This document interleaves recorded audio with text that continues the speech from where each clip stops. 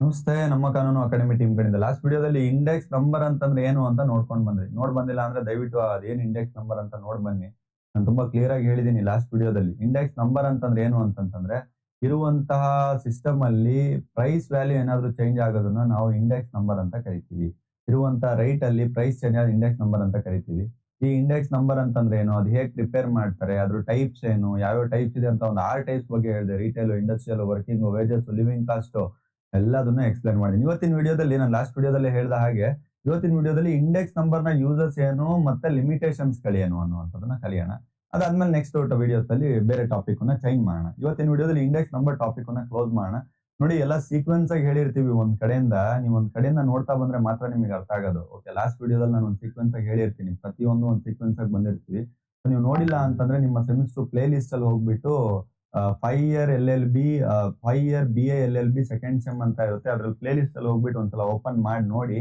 ನಿಮಗೆ 100% ಕ್ಲಿಯರ್ ಆಗಿ ಒಂದ್ ಕಡೆಯಿಂದ ಸೀಕ್ವೆನ್ಸ್ ಆಗಿ ಸಿಗ್ತಾ ಹೋಗುತ್ತೆ. ವಿಡಿಯೋಸ್ ಗಳನ್ನ ನೋಡ್ತಾ ಹೋಗಿ. ಏನಾದ್ರೂ ಡೌಟ್ಸ್ ಗಳಿತ್ತು ಅಂತಂದ್ರೆ ಈ ಕೆಳಗಡೆ ಇರುವಂತ ನಂಬರ್ಸ್ ಗಳಿಗೆ ಕಾಲ್ ಮಾಡ್ಕೊಳ್ಳಿ. ಈಗ ಯೂಸ್ ಆಫ್ ಇಂಡೆಕ್ಸ್ ನಂಬರ್ ಅಂತ ಇದೆ.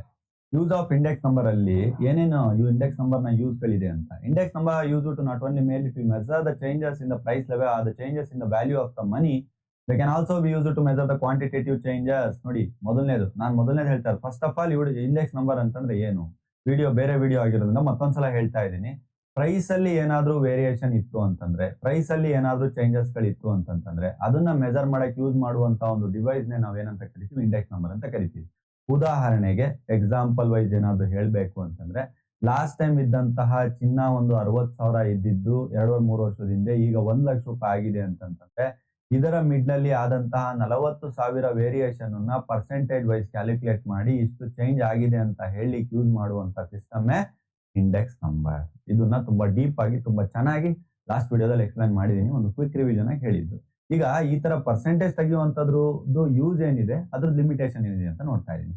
ಆ ತರ ಪರ್ಸೆಂಟೇಜ್ ತೆಗಿಯಲಿಕ್ಕೆ ಯೂಸ್ ಮಾಡುವಂತ ನಮ್ಮ ಇಂಡೆಕ್ಸ್ ನಂಬರ್ ಏನಿದೆ, ಆ ಇಂಡೆಕ್ಸ್ ನಂಬರ್ ಏನಕ್ಕೆ ಯೂಸ್ ಮಾಡ್ತಾರೆ ಅಂತಂದ್ರೆ ಮನಿಯ ವ್ಯಾಲ್ಯೂ ಎಷ್ಟಿದೆ ಅದನ್ನ ಚೆಕ್ ಮಾಡ್ತಾರೆ. ಕ್ವಾಂಟಿಟೇಟಿವ್ ಚೇಂಜ್ ಎಷ್ಟೆಷ್ಟಾಗಿದೆ ಅದನ್ನ ಚೆಕ್ ಮಾಡ್ಲಿಕ್ಕೆ ಯೂಸ್ ಮಾಡ್ತಾರೆ. ಆಲ್ಸೋ ವೇಜಸ್ ಆಗಿರ್ಬೋದು, ಇಂಪೋರ್ಟ್ಸ್ ಗೆ, ಎಕ್ಸ್ಪೋರ್ಟ್ಸ್ ಗೆ, ಇಂಡಸ್ಟ್ರಿಯಲ್ ಪ್ರೊಡಕ್ಷನ್ ಗೆ, ಅನ್ಎಂಪ್ಲಾಯ್ಮೆಂಟ್ ಗೆ, ಪ್ರಾಫಿಟ್ ಗೆ, ಎನಿ ಏರಿಯಾ, ಕಲ್ಟಿವೇಶನ್ ಗೆ, ಎನ್ರೋಲ್ಮೆಂಟ್ ಇನ್ ಕಾಲೇಜಿಗೆ, ಎಲ್ಲದಕ್ಕೂ ಕೂಡ ಎಲ್ಲಾ ಕಡೆನೂ ಕೂಡ ಏನು ಪ್ರೈಸ್ ವೇರಿಯೇಷನ್ ಯಾವ ತರ ಆಗಿದೆ ಅನ್ನುವಂಥದಕ್ಕೆ ಕ್ಯಾಲ್ಕುಲೇಟ್ ಮಾಡೋದಕ್ಕೋಸ್ಕರ ಯೂಸ್ ಮಾಡ್ತಾರೆ. ಸೊ ಈ ತರ ಇರುವಂತಹ ಒಂದು ಸಿಸ್ಟಮ್ ಇಂಡೆಕ್ಸ್ ನಂಬರ್ ನ ಸಿಸ್ಟಮ್. ಅದಕ್ಕೋಸ್ಕರ ಇಂಡೆಕ್ಸ್ ನಂಬರ್ ನ ಯೂಸ್ ಮಾಡ್ತಾರೆ. ನಿಮ್ಗೆ ಆಲ್ರೆಡಿ ಗೊತ್ತಿದೆ, ಲಾಸ್ಟ್ ಟೈಮ್ ನೀವು ನೋಡಿದಾಗಲೇ ಪ್ರೈಸ್ ವೇರಿಯೇಷನ್ ಅಂತ. ಪ್ರೈಸ್ ವೇರಿಯೇಷನ್ ಎಲ್ಲೆಲ್ಲ ಆಗುತ್ತೆ ಸರ್? ಪ್ರೈಸ್ ವೇರಿಯೇಷನ್ ವೇಜಸ್ ಗಳಲ್ಲಿ ಆಗುತ್ತೆ, ಇಂಪೋರ್ಟ್ಸ್ ಅಲ್ಲಿ ಆಗುತ್ತೆ, ಎಕ್ಸ್ಪೋರ್ಟ್ಸ್ ಅಲ್ಲಿ ಆಗುತ್ತೆ, ಪ್ರೊಡಕ್ಷನ್ ಅಲ್ಲಿ ಆಗುತ್ತೆ, ಅನ್ಎಂಪ್ಲಾಯ್ಮೆಂಟ್ ಅಲ್ಲಿ, ಪ್ರಾಫಿಟ್ ಅಲ್ಲಿ, ಏರಿಯಾ ಇನ್ನು ಕಲ್ಟಿವೇಶನ್ ಏರಿಯಾದಲ್ಲಿ, ಕಾಲೇಜ್ಗಳಲ್ಲಿ ಎಲ್ಲಾ ಕಡೆ ಪ್ರೈಸ್ ವೇರಿಯೇಷನ್ ಇದೆ. ಯಾಕಂದ್ರೆ ಕಾಲೇಜ್ ಸಣ್ಣ ಹೇಳ್ತಾ ಇದ್ದೀನಿ, ಕಾಲೇಜ್ ಹೋದ ವರ್ಷ ಇದ್ದಿತ್ತು, ಈ ವರ್ಷ ಇರಲ್ಲ, ಆದ್ರೆ ಚೇಂಜಸ್ ಆಯ್ತು. ಇದನ್ನೆಲ್ಲ ಇಡೀ ಭಾರತಾದ್ಯಂತ, ನಮ್ಮ ದೇಶಾದ್ಯಂತ ನಾವು ಕ್ಯಾಲ್ಕುಲೇಟ್ ಮಾಡ್ಕೋಬೇಕಲ್ಲ, ಎಷ್ಟು ಚೇಂಜಸ್ ಆಗ್ತಾ ಇದೆ, ಏನಾಗ್ತಾ ಇದೆ ಅಂತ. ಸಿಸ್ಟಮ್ ತುಂಬಾ ಚೆನ್ನಾಗಿ ರೆಡಿ ಮಾಡಿಟ್ಟಿದ್ದಾರೆ. ಎಕನಾಮಿಕ್ ಸಿಸ್ಟಮ್ ಅನ್ನುವಂಥದ್ದು ಎಷ್ಟು ಚೆನ್ನಾಗಿದೆ ಅಂತಂತಂದ್ರೆ, ಅರ್ಥಶಾಸ್ತ್ರ ಅನ್ನುವಂಥ ಸಬ್ಜೆಕ್ಟ್ ನೀವು ಅರ್ಥ ಮಾಡ್ಕೊಳ್ತಾ ಹೋದ್ರೆ, ಡಿಜಿಟ್ಸ್ ಅಲ್ಲಿ, ಮನಿಯಲ್ಲಿ ನೀವು ಮಾತಾಡ್ತಾ ಹೋದ್ರೆ ತುಂಬಾ ಚೆನ್ನಾಗಿದೆ. ದಯವಿಟ್ಟು ಒಂದ್ಸಲ ತುಂಬಾ ಇಂಟ್ರೆಸ್ಟ್ ಇಂದ, ಆಸಕ್ತಿಯಿಂದ ಓದಕ್ ಪ್ರಯತ್ನ ಪಡಿ, ರಿಸರ್ಚ್ ಮಾಡಿ, ಅರ್ಥ ಮಾಡ್ಕೊಳಕ್ ಟ್ರೈ ಮಾಡಿ. Index number can be used on the basis of the equitable discharge of the contract of relating to the borrowing and lending. ಇದೇನ್ ಹೇಳ್ತಾ ಇದೆ, ಇಂಡೆಕ್ಸ್ ನಂಬರ್ ಅನ್ನುವಂಥದ್ದು ಕೇವಲ ವೇಜಸ್ ಅಲ್ಲಿ, ಇಂಪೋರ್ಟ್ ಅಲ್ಲಿ, ಎಕ್ಸ್ಪೋರ್ಟ್ ಅಲ್ಲಿ, ಪ್ರೊಡಕ್ಷನ್ ಅಲ್ಲಿ, ಅನ್ಎಂಪ್ಲಾಯ್ಮೆಂಟ್ ಅಲ್ಲಿ, ಕಾಲೇಜ್ ಅಲ್ಲಿ ಯೂಸ್ ಮಾಡೋದಲ್ಲ. ಬಾರೋಯಿಂಗ್ ಅಂಡ್ ಲೆಂಡಿಂಗ್ ನಲ್ಲಿ ಎಷ್ಟು ವೇರಿಯೇಷನ್ ಆಯ್ತು ಅದನ್ನು ಕೂಡ ಕಂಡುಹಿಡಿತಾರೆ. ಅದರಲ್ಲಿ ಪ್ರೈಸ್ ಎಷ್ಟು ರೈಸ್ ಆಯ್ತು, ಎಷ್ಟು ಜನ ಕ್ರೆಡಿಟರ್ಸ್ ಗಳು ಇದ್ದಾರೆ, ಎಷ್ಟು ಜನ ಡೆಬಿಟರ್ಸ್ ಗಳಿದ್ದಾರೆ, ಸೊ ಎಷ್ಟೆಷ್ಟು ನಾವು ಡೆಪ್ಟ್ ನ ರೈಸ್ ಮಾಡಬಹುದು, ಡೆಪ್ಟ್ ನ ಲೋ ಮಾಡಬಹುದು, ಹೈಯರ್ ಯಾವ ತರ ಮಾಡಬಹುದು, ಲೋ ಯಾವ ತರ ಮಾಡಬಹುದು. ಸೊ ಈ ಎಲ್ಲಾ ವಿಷಯಗಳನ್ನು ಕೂಡ ನಾವು ಇಂಡೆಕ್ಸ್ ನಂಬರ್ ಅಲ್ಲಿ ಕರಿತೀವಿ. ಇದೇನ್ ನಾನು ನಿಮಗೆ ಒಂದೊಂದು 3 ಪ್ಯಾರಾದಲ್ಲಿ ಕೊಟ್ಟಿದ್ದೀನಿ. ಇದನ್ನ ಒಂದೊಂದೇ ವರ್ಡ್ ನ ತಗೊಂಡು, ವೇಜಸ್ ನೇ ತಗೊಂಡು ನೀವು ಎಕ್ಸ್ಪ್ಲೈನ್ ಮಾಡಬಹುದು, ಇಂಪೋರ್ಟ್ ನೇ ತಗೊಂಡು ಎಕ್ಸ್ಪ್ಲೈನ್ ಮಾಡಬಹುದು, ಎಕ್ಸ್ಪೋರ್ಟ್ ನೇ ತಗೊಂಡು ಎಕ್ಸ್ಪ್ಲೈನ್ ಮಾಡಬಹುದು, ಪ್ರೊಡಕ್ಷನ್ ತಗೊಂಡು ಎಕ್ಸ್ಪ್ಲೈನ್ ಮಾಡಬಹುದು, ಅನ್ಎಂಪ್ಲಾಯ್ಡ್ ತಗೊಂಡು ಎಕ್ಸ್ಪ್ಲೈನ್ ಮಾಡಬಹುದು, ಪ್ರಾಫಿಟ್ ತಗೊಂಡು ಎಕ್ಸ್ಪ್ಲೈನ್ ಮಾಡಬಹುದು, ಇಲ್ಲ ಬಾರೋಯಿಂಗ್ ತಗೊಂಡು ಎಕ್ಸ್ಪ್ಲೈನ್ ಮಾಡಿ, ಲೆಂಡಿಂಗ್ ತಗೊಂಡು ಎಕ್ಸ್ಪ್ಲೈನ್ ಮಾಡಿ, ಕ್ರೆಡಿಟರ್ಸ್ ತಗೊಂಡು ಎಕ್ಸ್ಪ್ಲೈನ್ ಮಾಡಿ. ಇವ್ರೆಲ್ಲರಿಗೂ ಕೂಡ ಒಂದು ಕರೆಕ್ಟ್ ಲೆಕ್ಕಾಚಾರ ಸಿಗ್ಬೇಕು ಅಂತಂದ್ರೆ ಏನ್ ಬೇಕು, ಇಂಡೆಕ್ಸ್ ನಂಬರ್ ಬೇಕು. ಇಂಡೆಕ್ಸ್ ನಂಬರ್ ಅಲ್ಲಿ ಏನ್ ಗೊತ್ತಾಗುತ್ತೆ, ಪ್ರೈಸ್ ವೇರಿಯೇಷನ್ ಏನಾಗಿದೆ ಅದು ಗೊತ್ತಾಗುತ್ತೆ. ಸೊ ಅದಕ್ಕೋಸ್ಕರ ಇಂಡೆಕ್ಸ್ ನಂಬರ್ ಯೂಸ್ ಆಗುತ್ತೆ ಅಂತ ಹೇಳ್ಬಹುದು. ಮತ್ತೆ ಸಚ್ ಕ್ವಾಂಟಿಟೇಟಿವ್ ಚೇಂಜ್, ಕ್ವಾಂಟಿಟೇಟಿವ್ ಅಂತಂದ್ರೆ ಈಗ ನೋಡಿ 2 ತರ ಇದೆ. ಪ್ರೈಸ್ ಚೇಂಜಸ್ ಬೇರೆ, ಕ್ವಾಂಟಿಟಿ ಚೇಂಜಸ್ ಬೇರೆ. ಪ್ರೈಸ್ ಅಂತಂದ್ರೆ ಏನು, ಪ್ರೈಸ್ ಅಂತಂದ್ರೆ ನಾ ಹೇಳ್ದೆ 60,000 ಇರುವಂತದ್ದು 1 ಲಕ್ಷ ಆಗಿದ್ದು ಮಿಡ್ಲ್ ಆಗಿ 40,000 ಚೇಂಜ್. ಕ್ವಾಂಟಿಟೇಟಿವ್ ಚೇಂಜ್ ಅಂತಂದ್ರೆ 60,000 ಅವಾಗ 10 ಗ್ರಾಮ್ ಸಿಗ್ತಾ ಇತ್ತು, ಈಗ 10 ಗ್ರಾಮ್ ಸಿಗ್ತಾ ಇಲ್ಲ. ಯಾಕಂದ್ರೆ 1 ಲಕ್ಷ ರೂಪಾಯಿ, ಈಗ 1 ಲಕ್ಷ ರೂಪಾಯಿ ರೈಸ್ ಆಗಿದೆ ಅಲ್ವಾ ರೈಟ್, 60,000ಕ್ಕೆ ಅವಾಗ 6 ಗ್ರಾಮ್ ಮಾತ್ರ ಸಿಗುತ್ತೆ. ಅರ್ಥ ಮಾಡ್ಕೊಳಕ್ ಟ್ರೈ ಮಾಡಿ. ಅಂದ್ರೆ ಆ ಪ್ರಾಡಕ್ಟ್ ನ ಕ್ವಾಂಟಿಟಿಯಲ್ಲಿ ವೇರಿಯೇಷನ್ ಆಗುವಂತದ್ದು, ಅದನ್ನು ಕೂಡ ಕಂಡುಹಿಡಿಯೋದಕ್ಕೆ ಇಂಡೆಕ್ಸ್ ನಂಬರ್ ನ ಯೂಸ್ ಮಾಡ್ತಾರೆ.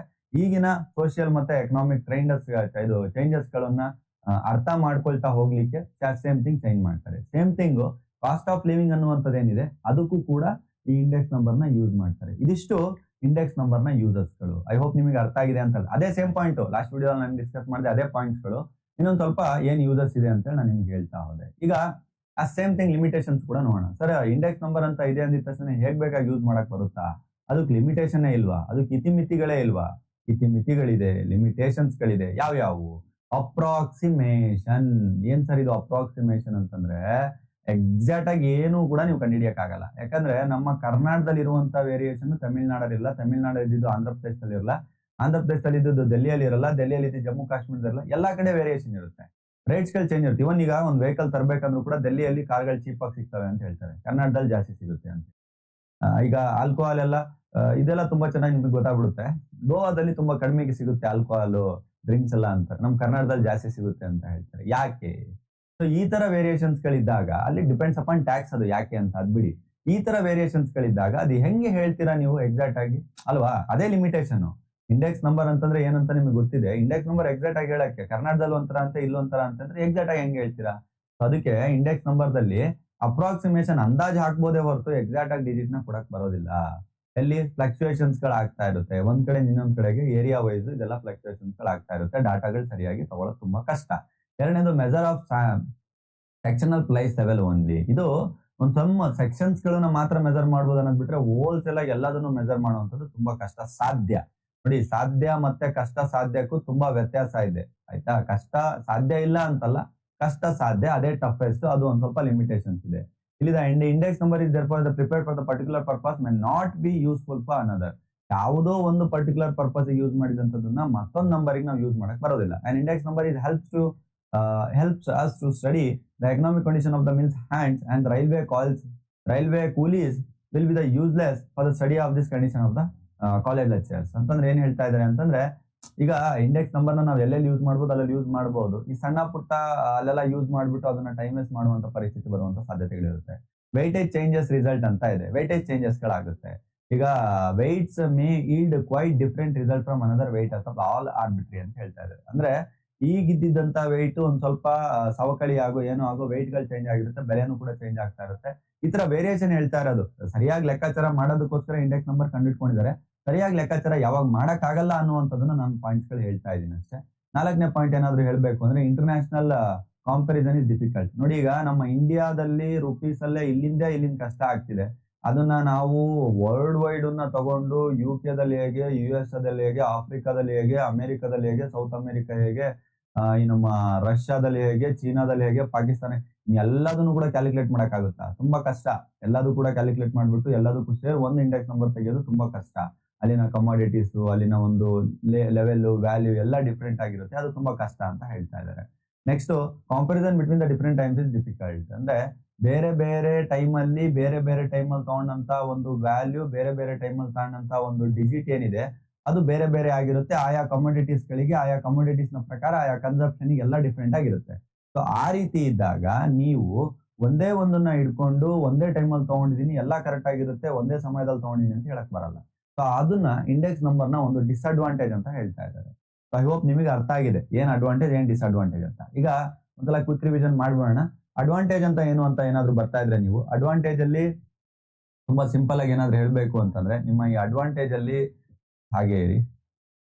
ಅಡ್ವಾಂಟೇಜ್ ಅಲ್ಲಿ ಏನಾದ್ರು ತುಂಬಾ ಸಿಂಪಲ್ ಆಗಿ ಹೇಳ್ಬೇಕು ಅಂತಂದ್ರೆ, value for money, value of ಮನಿನ್ ಕಂಡುಹಿಡಿಯೋಕೆ, ಕ್ವಾಂಟಿಟೇಟಿವ್ ಚೇಂಜ್ ಕಂಡುಹಿಡಿಯೋಕೆ, wages, import, export, production, unemployment, profit, enrolment, cultivation, ಇದೆಲ್ಲದನ್ನು ಕೂಡ ಕಂಡುಹಿಡಿಯೋದಕ್ಕೋಸ್ಕರ ಏನ್ ಮಾಡ್ತಾ ಇದಾರೆ ಅಂತಂದ್ರೆ ಇಂಡೆಕ್ಸ್ ನಂಬರ್ ನ ಯೂಸ್ ಮಾಡ್ತಾ ಇದಾರೆ. ಆಮೇಲೆ ಸಾಲ ಏನಿದೆ, ನಾವು ಬಾರೋಯಿಂಗು, ಲೆಂಡಿಂಗು, ಸಾಲ ತಗೊಳ್ಳೋರು, ಸಾಲ ಕೊಡೋರು, ಆಮೇಲೆ ಅಮೌಂಟ್ ಎಷ್ಟಿದೆ, ಎಷ್ಟೆಷ್ಟು ಬಜೆಟ್ ಇದೆ, ಬೆಲೆ ಎಷ್ಟು ಏರಿಕೆ ಆಯ್ತು, ಸಾಲಗಾರನಿಗೆ, ಅದನ್ನೆಲ್ಲ ಕಂಡುಹಿಡಿಯೋದಕ್ಕೋಸ್ಕರ ಇಂಡೆಕ್ಸ್ ನಂಬರ್ ಯೂಸ್ ಮಾಡ್ತಾರೆ. Apart from this quantitative changes, social, economic, ಇವೆಲ್ಲ ಚೇಂಜಸ್ ಗಳಿಂದ ಇದನ್ನ ಕಂಡುಹಿಡಿಯೋದಕ್ಕೋಸ್ಕರ ಅಲ್ಲಿ ಇಂಡೆಕ್ಸ್ ನಂಬರ್ ನ ಯೂಸ್ ಮಾಡ್ತಾ ಇದ್ದಾರೆ. ಸೊ ಈ ರೀತಿ ಯೂಸ್ ಮಾಡಿದಂತಹ ಇಂಡೆಕ್ಸ್ ನಂಬರ್ ಗಳೇನಿದೆ, ಸೊ ಉದಾಹರಣೆಗೆ ಏನಾದ್ರು ಹೇಳ್ಬೇಕು ಅಂತಂದ್ರೆ, ಇವನ್ ಜೀವನದ ವೆಚ್ಚ ಕಾಸ್ಟ್ ಆಫ್ ಲಿವಿಂಗ್ ಅಂತ ಏನ್ ಕರಿತೀವಿ ಅದನ್ನು ಕೂಡ ಚೇಂಜ್ ಮಾಡ್ತಾ ಇದ್ದಾರೆ. ಆಫ್ಟರ್ ದಟ್ ನಾನು ಲಿಮಿಟೇಷನ್ಸ್ ಬಗ್ಗೆ ಮಾತಾಡಿದೆ.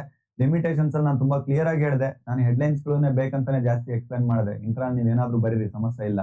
ಹೆಡ್ಲೈನ್ಸ್ ಅರ್ಥ ಮಾಡ್ಕೊಳ್ಳಿ. ಅಪ್ರಾಕ್ಸಿಮೇಷನ್ ಕಷ್ಟ, ಅಂದಾಜ್ ಲೆಕ್ಕದಲ್ಲೇ ಆಗುತ್ತಿದ್ದು. ಆಮೇಲೆ ಮೆಜರ್ ಸೆಕ್ಷನಲ್ ಪ್ರೈಸ್ ಆಗಿರೋದ್ರಿಂದ ಎಲ್ಲದಕ್ಕೂ ಕೂಡ ಆಗಕ್ಕಲ್ಲ. ಸೆಕ್ಷನ್ ಇದಾಕ್ ಒಂದಕ್ಕೆ ಯೂಸ್ ಮಾಡಿ ಮತ್ತೊಂದು ಯೂಸ್ ಮಾಡಕ್ ಆಗಲ್ಲ. ತೂಕದ ಬದಲಾವಣೆ ಆಗೋದ್ರಿಂದ ಸ್ವಲ್ಪ ವೇರಿಯೇಷನ್ ಆಗುತ್ತೆ ರಿಸಲ್ಟ್ ಅಲ್ಲಿ ಅಂತೇಳಿ.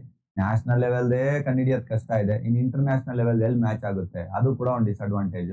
ಆಮೇಲೆ comparison between different times is very difficult ಅಂತ ಹೇಳ್ತಾ ಇದ್ದಾರೆ. ಇದಿಷ್ಟು ನಿಮಗೆ ತುಂಬಾ ಕ್ಲಿಯರ್ ಆಗಿ ಏನಾದ್ರು ಅರ್ಥ ಆಗ್ತಿದೆ ಅಂತಂತಂದ್ರೆ 100% ಕ್ಲಾಸಸ್, ನೋಟ್ಸ್, ವಿಡಿಯೋಸ್, ಆಮೇಲೆ ನಿಮಗೆ ಇಂಟರ್ನ್ಶಿಪ್ ಆಗಿರ್ಬೋದು, ಅಸೈನ್ಮೆಂಟ್ಸ್, ನಿಮ್ಮ legal guidance, career guidance, so ಯಾವುದೇ ರೀತಿಯಾದಂತ ಏನೇ ಲೀಗಲ್ ಡೌಟ್ಸ್ ಗಳಿದ್ದು ಎಲ್ಲದಕ್ಕೂ ಕೂಡ 100% ಕ್ಲಾಸಸ್, 100% ಸಿಲೆಬಸ್ ವಿತ್ ನೋಟ್ಸ್ ಏನಾದ್ರು ತಗೋಬೇಕು ಅಂತಂದ್ರೆ ಕೆಳಗಡೆ ಇರುವಂತ ನಂಬರ್ಸ್ ಗಳಿಗೆ ಕಾಲ್ ಮಾಡಿ ಸಿಗ್ತಾರೆ. ನಾಳೆ ದಿನ ಟಾಪಿಕ್ ಅಲ್ಲಿ ನಾವೇನ್ ಮಾಡೋಣ ಅಂತಂದ್ರೆ ಇನ್ಫ್ಲೇಷನ್ ಬಗ್ಗೆ ಕಲಿಯೋಣ. ಇನ್ಫ್ಲೇಷನ್, ಹಣದುಬ್ಬರ ಅಂತಂದ್ರೆ ಏನು, ಹಣದುಬ್ಬರ ಆಗ ಕಾರಣಗಳೇನು, ಹಣದುಬ್ಬರಕ್ಕೆ ಆದ್ರೆ ಏನೇನು ಎಫೆಕ್ಟ್ಸ್ ಗಳಾಗುತ್ತೆ. ಸ್ವಲ್ಪ ಲೆಂತಿ ಆಗುತ್ತೆ ವಿಡಿಯೋ, ಬಟ್ ಅದು ಲೆಂತಿ ಆದ್ರೂ ಪರವಾಗಿಲ್ಲ, ನಾವು ಅದನ್ನ ಕಂಪ್ಲೀಟ್ ಆಗಿ ನೋಡೋಣ.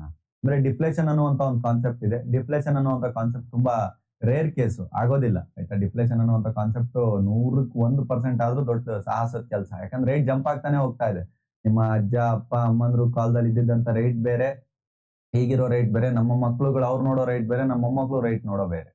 ಸೊ ಅದಕ್ಕೋಸ್ಕರ ಇನ್ಫ್ಲೇಷನ್ ಜಾಸ್ತಿ ಇಂಪಾರ್ಟೆಂಟ್ ಆಗಿ ಎಕ್ಸಾಮ್ ಪಾಯಿಂಟ್ ಆಫ್ ವ್ಯೂ ತುಂಬಾ ಇಂಪಾರ್ಟೆಂಟ್ ಕ್ವಶನ್ ನಾನು ನೆಕ್ಸ್ಟ್ ಹೇಳುವಂತದ್ದು.